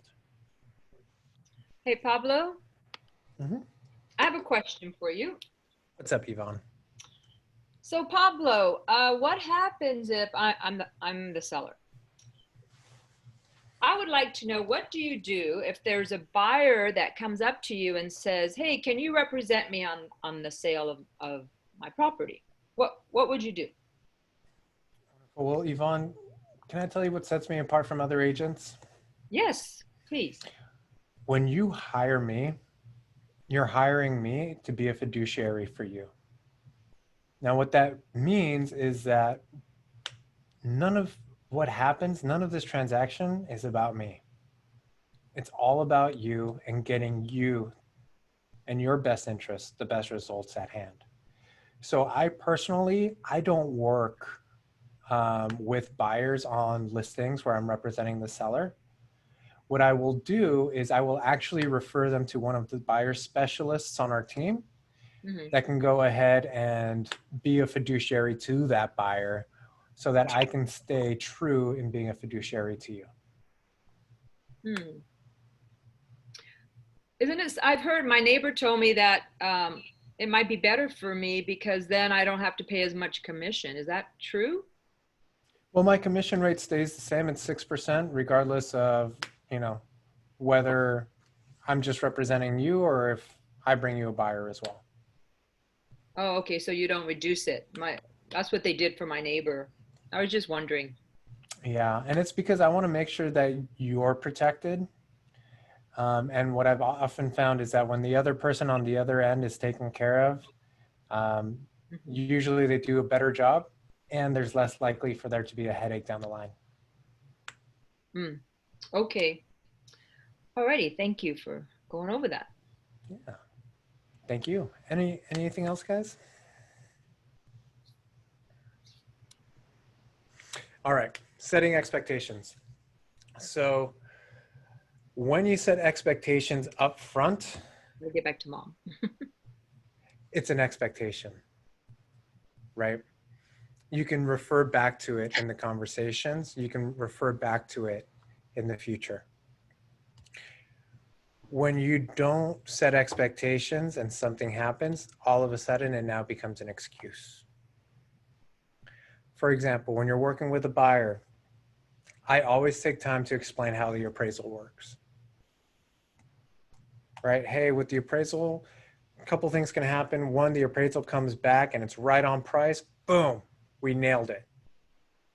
Second scenario that can happen with the appraisal is we put in an offer for $800, the appraisal comes back at $830, you have $30,000 in instant equity. High five. The last thing, and the one I really want to spend a little time on talking with you about, is We write an offer at 800. Appraiser goes out and he comes back and says the property's only worth 790. If you love the property enough, are you prepared to use $10,000 from your down payment or $10,000 from your reserves, whatever that $10,000, in order to bridge that gap? Right? I'd rather scare somebody up front about the prospect of what the appraisal is going to be rather than be in escrow and the appraisal comes back and they're like, wait, I have to come up $10,000. You never told me about this. Right? So when you bring it up front, it's an expectation. When you bring it up after the fact, it's an excuse. So setting expectations. Number one, market expectation. Guys, are we in a normal market right now? Everybody say no. No. Nowhere close. Right? I've heard a new term for the market that we're in. It's a kangaroo market. Why? Right? You guys have heard of bull markets and bear markets? People are calling this a kangaroo market because it's literally just jumping up and down. And it's true. Listen, no political affiliations, like none, all of that stuff aside, we are literally a tweet away from like the market shifting, right? So from 2011 until now, this has been the reality of our market. COVID happened and we went like this, and now we're like back here, right? Yeah. Write this down. The growth we're going through is unsustainable. But the president of the National Association of Realtors, he predicted this. He said the beginning of the summer will be shifted a little bit, will be delayed. We will have the peak. We will do it. We will get it. So get ready. He told us. And we also don't know when it's going to shift. We don't know. No. Right? What we do know is we're in a way better situation. We're in a way better situation than we were in 2008. People actually have equity in their homes. Interest rates and the lending practices that are involved right now aren't, crazy like they were 10 years ago. So when the market does shift and there's a shortage of inventory, right? Even with all of the new influx of properties that we've seen here in our market, there is still a shortage of inventory. All that being said, do we know what the heck's going to happen tomorrow? No, aliens can come down tomorrow, and that's like, I read, this is funny. I read a funny meme the other day that was like, I have a new conspiracy theory on 2020. I believe that time travel exists, and someone keeps coming back to try to fix things in 2020, and every time they fix something, something worse happens. So, Market expectations. So we don't control the market, we can just interpret the market. Let them know, hey, this is what we're going through. Right now, with the current influx of properties that we have seen, if you have a listing, your listing is probably not going to sell in 17 minutes. It might take 2 weeks. It might even take 4 weeks. If you guys have been in the real estate business a while now, you know what we're really entering is a normal market, a normalizing market. Guys, houses usually are supposed to sell in 30 to 45 days. We are spoiled. And that's why we're here, so that we can upgrade our skills, so that we can get better, because the landscape's going to change a lot and it's going to get more competitive out there. The other expectation we want to talk about is list price versus market value versus seller expectations. So who here has gone through bold before? Classic bold. A couple of us. So in classic bold, I don't know why they took this out of bold. I really like this.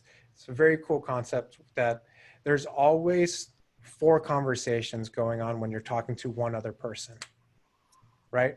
There's a conversation that I think I'm having with you. There's a conversation that you think you're having with me. And then there's the internal conversation of what we both feel is actually going on, right? Yeah. So, sorry, give me 1 second.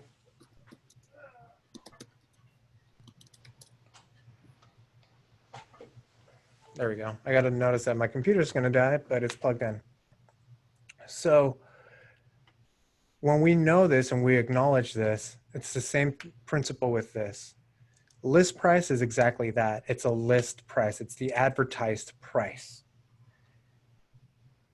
What is the difference between list price and market value? Somebody take themselves off mute. Can I say it? Yeah, please.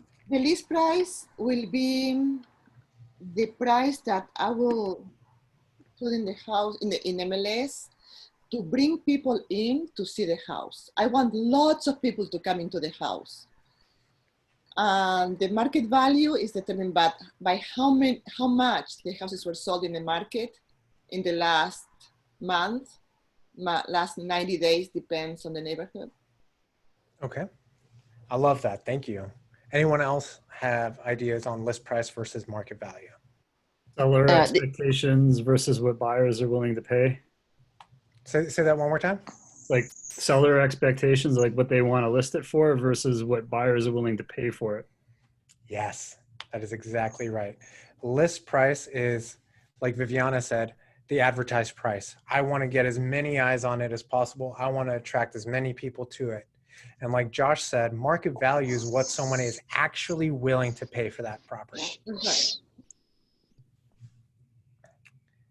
And then the seller expectations. Hey, you know, how much do you want for your home?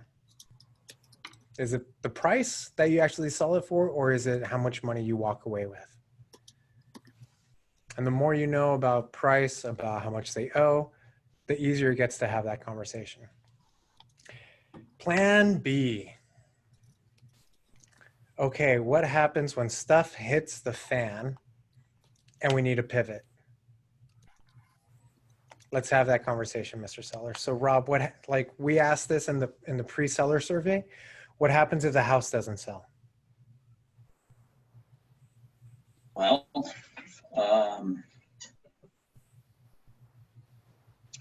it means I don't move because I need to sell this house in order to get funds to buy a house where when I move to Tahoe. Yeah, and so it throws a wrench in my plans. And would you consider renting it at all, or is selling it really the only option to get you up to Tahoe? Well, if I had it, I mean, there are always other options. Ideal is sell it in the time frame I want, so that I can move.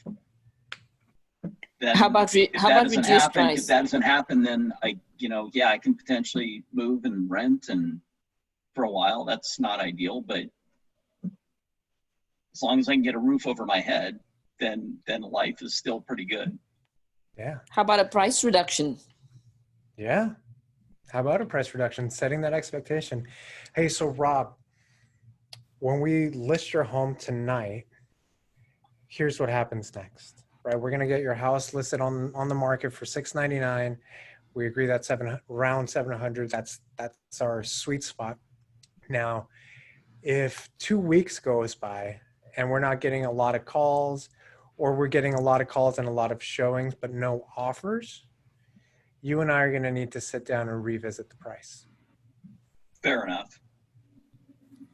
And Rob, is it okay if every 3 weeks, if the house hasn't sold, you and I have a meeting like this on Zoom where we can put our brains together and figure out the next steps? Yeah, absolutely. Perfect. So again, I'm setting up the expectation, right? Because in 3 weeks, and again, in a normal market, guys, you might have a listing for 4 to 6 weeks. That's okay. And you need to have a system with your sellers so that, hey, you're chatting every week. Every 2 weeks, there's a price correction. Every 3 weeks, we're meeting face to face to have a conversation about what's happening in the market, what's not happening in the market. And then that way you don't have to remember anything. You just have to execute. Pablo, how about getting a price reduction when you take the listing? Absolutely. I love that. I love that. That's what I generally do. That's what I generally do. I get it for 2 or 3 weeks down the road. This is what it'll be. And I just go ahead and list reduce price because I've got authorization. Yeah. This also works well with sellers who are really stuck on their price, and they like you and they want to list with you. Great.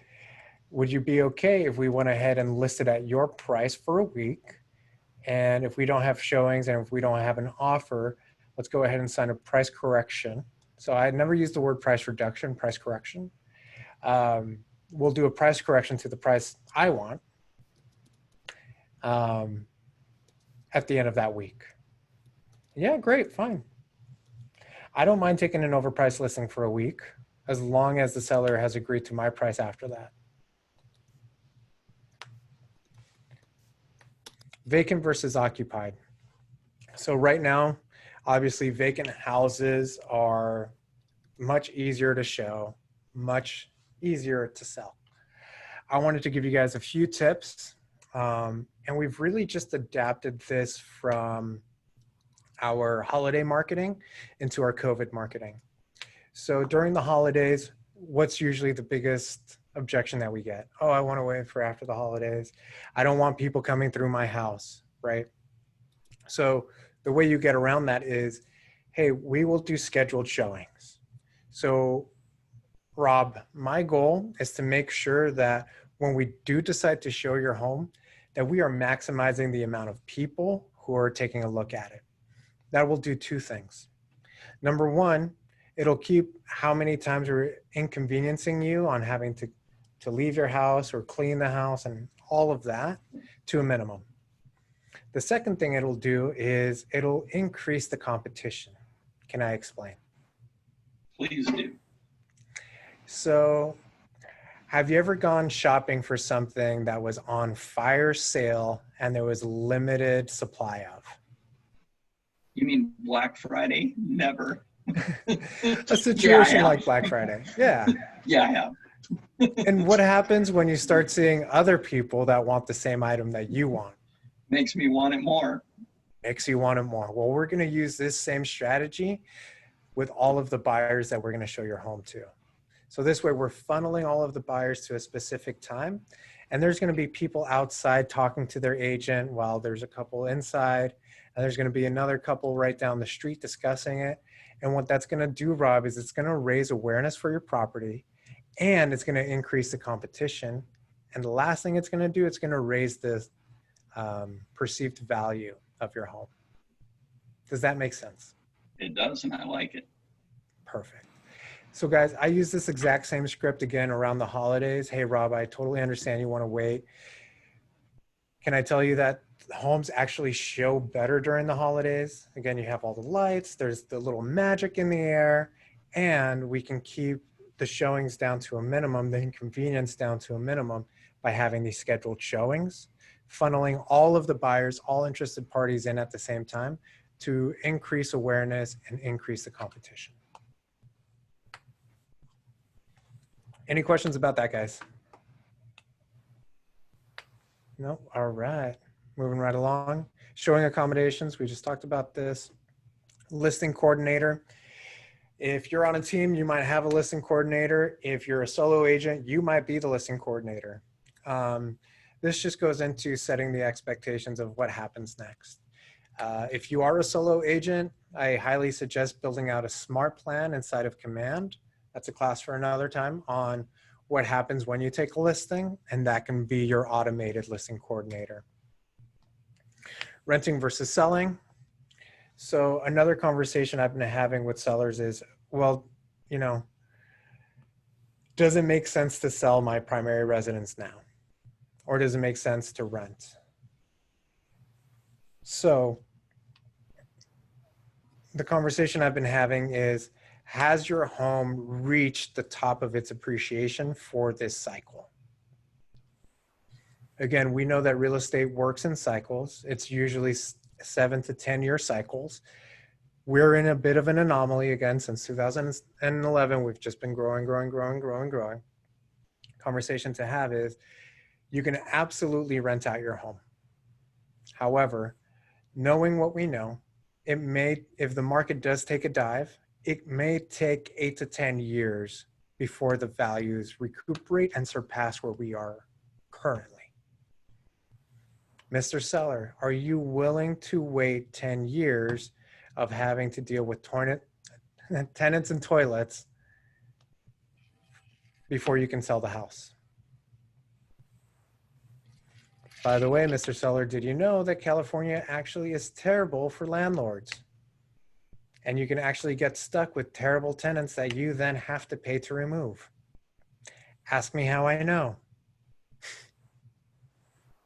By the way, Mr. Seller, do you feel that a renter is going to take better care of your home or worse care of your home?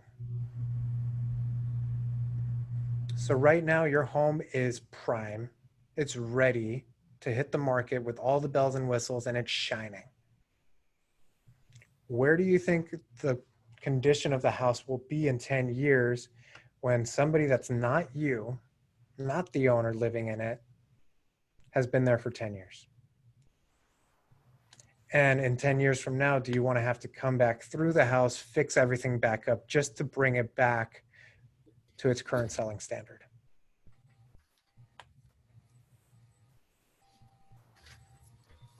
So yeah, California sucks for renting. If you guys have people that own property out here, get them to liquidate it, buy elsewhere, and take a listing while you're at it.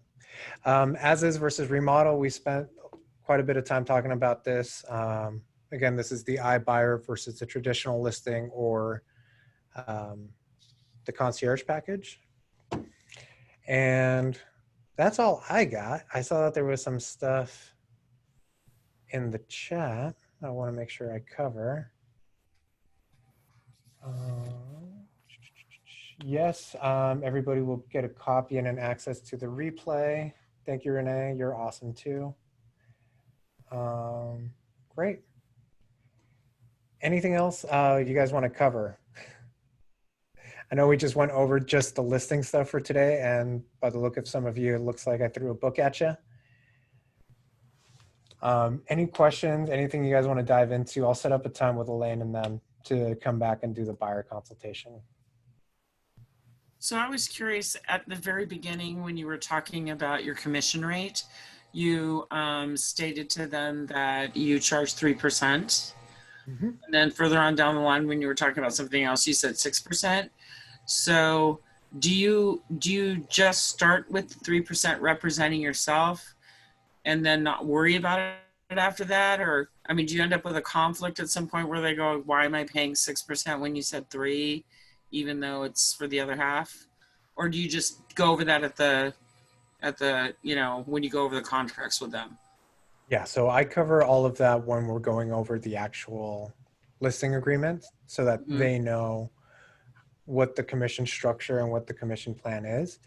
And at that time, I'm clarifying, okay, so which of these options are we moving forward with? Are we doing the instant buyer where I'm going to represent the investor and just we're going to do a quick sale?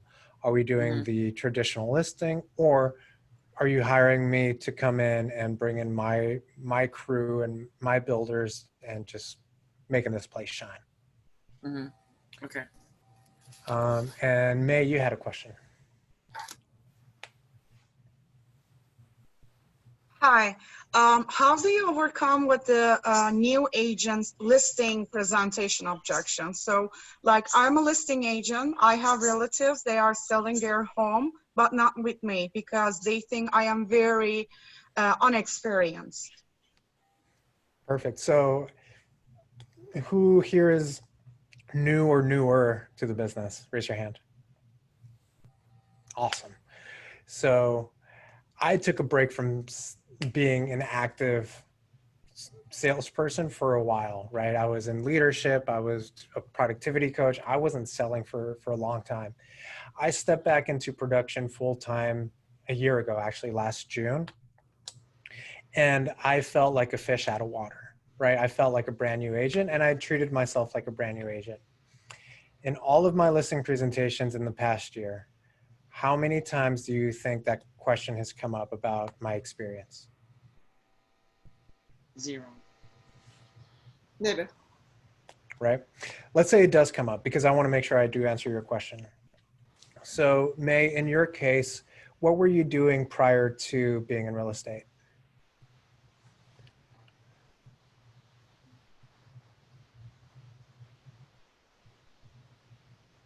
Oh, Are you saying housewife, May? Yes, I was a housewife, and I'm still doing housewifey and real estate agency works. Like we are all in shelter in place. But the point is, my sphere of influence knows yeah. that I am housewife. Now I am real estate agent, but they don't trust me to give me their life's worth of investment in my hands to sell it for. So I get that. think that And if I'm gonna get listings, it's not gonna be my friends and family. there's so much. Okay, Go ahead. Yes. Let's go. Let's go. Okay, awesome. I love this. So who else? Because May, I want you to know that we have all been in your shoes. Who else has ever felt like not, I wouldn't say a fraud, but like an imposter when it comes to being a real estate agent to their sphere of influence? May, look at the screen. You're not alone. I am not, and we are all new agents. I am not saying I'm gonna make like $30 million transactions in my first year, but I like to cap this year. Yeah, so here's my challenge for you. And I can just tell by your personality, so I already know the answer before I even ask it. You're a great freaking mom, aren't you? Yes, I was doing the shows back there. Yeah. So here's the thing, guys. Regardless of your past experience, there are things that you can draw from that are applicable to real estate. Let me tell you, being a mom is probably like the biggest, like thankless occupation you can have, right? Because you're responsible for a whole nother human, feeding them, clothing them, everything that goes in and out of them. Yes. Right? On top of that, managing you yourself and the household, right? So how do I now turn this being a housewife experience into being a real estate agent to where friends and family see me as a realtor? Yes. Hey, if I can handle a baby, I can handle a transaction. So let me tell you, if somebody's going to be up at weird hours of the night looking at properties and thinking about real estate for you, it's most likely going to be me, right? If somebody is going to care about your home and your baby and your family getting the best place, it's going to be me, because that's what I do for my family, right? If I can watch my kid and manage all of this, come on, a transaction is easy, right? So don't shy away from your experience, lean into it. When I got into real estate, I was 18. The only previous experience I had was high school. Literally. And my strengths were I was in drama. So I did a lot of like scripts and things like that. And my dad was an agent and he was like, you just have to memorize these scripts and talk to people. I was like, great, I can do that. And I like that. I am completely up for scripts because I think they are really helping me to work the way I speak with the people. English is my second language. It helps with the, vocabulary and pronunciation. I'm not saying I'm perfect, but when I see the objections from my family and friends, me being new, so they want to work with experienced agent, especially for listing that happened, I told them like, selling is easiest because there are so many buyers. You put one house on the market and 10 people wants to buy it. So it's much easier than trying to buy for some other people. Selling is because there are a list of things you need to do. And if you do it, it's going to happen. You are not trying to make people to like that house. You just put it out there. One of the 10 people, they get the house. That's how I try to tell them, but I think it's not working. So we spoke about strengths, leveraging your strengths, talking about your past experiences and how you can use that in your current occupation, current career, which is real estate. The other thing is leverage, if you're part of a productivity coaching program, leverage those numbers. If you're part of an office, which you are, use your office numbers, right? Hey, I totally understand that, and I'm being told that I got 30 seconds left, and sorry guys, I got to close this out. But you guys have my phone number, my email, text me, call me, whatever. Use and lean into the resources that you have around you, right? So if you're part of an office and you're a brand new agent, say, hey, I may not have ever sold a house. However, I'm part of an office with over 120 people, which means we have over 200 years experience. So if there's a question I can't answer, you best believe somebody I work with does. And if they don't, I know this great guy right down the street. His name is Pablo. And if he doesn't have the answers, then I don't know what to tell you. Thank you. And guys, use me. Call me if you guys need help. Like, one thing you'll notice about KW above any other company I've had the pleasure of being a part of is that everybody here is really vested in your success. So there's no secrets. I share everything I do. I'm dropping my information. I see some people asking for it. There's no secrets, right? Like when I went through all this stuff I shared with you guys today, my listing consultation, single words on a screen. It's stuff that you guys have heard before. However, what you guys may or may not have noticed is that everything we went through was scripted. Mm-hmm. I didn't come up with any of it. I've just practiced it so many times that it sounds like me. And it is me, right? All right, guys. So my information's in there. I'm going to get together with Elaine and Laura and Rob and find out when I can come back. If you guys enjoyed this, please let me know what you guys took away from it. Please share your successes with me. I love hearing what's working for you. And aside from that, I'll get all the materials we went over to leadership, so that way you guys have access to those and you guys can customize it and use it as well. Thank you guys. Have a wonderful, wonderful day. Thank you, Pablo. Have a nice Thanks so day. much. Yeah, thank you guys. Good seeing you, Rob. Rob is my bold buddy. Yeah, good to see you, Pablo. Yeah, good to see you guys.